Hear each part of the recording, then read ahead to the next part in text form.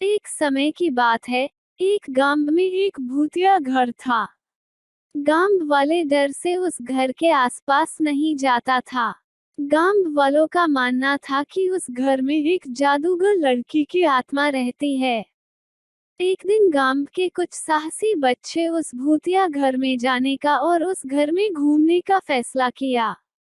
बच्चे जब घर के सामने गए तो देखा सिर्फ खिड़की खुली हुई है और वे सभी उसी खिड़की से अनादर चले गए।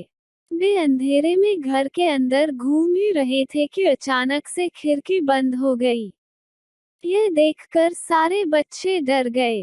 अचानक से वह लड़की की भूत बच्चों के सामने आई और जोर जोर से हंसने लगी और कहा कि अब तुम सब मेरी बंदी हो, मैं किसी को जिंदा नहीं छोड़ूंगी।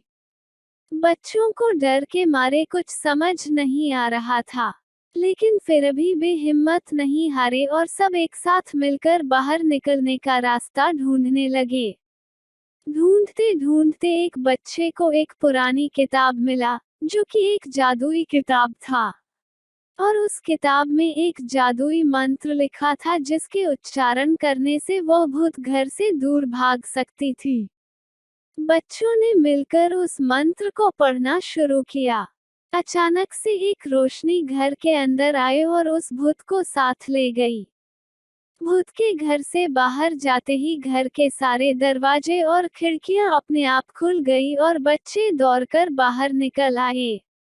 उस दिन से वह घर भूत से आजाद हो गया।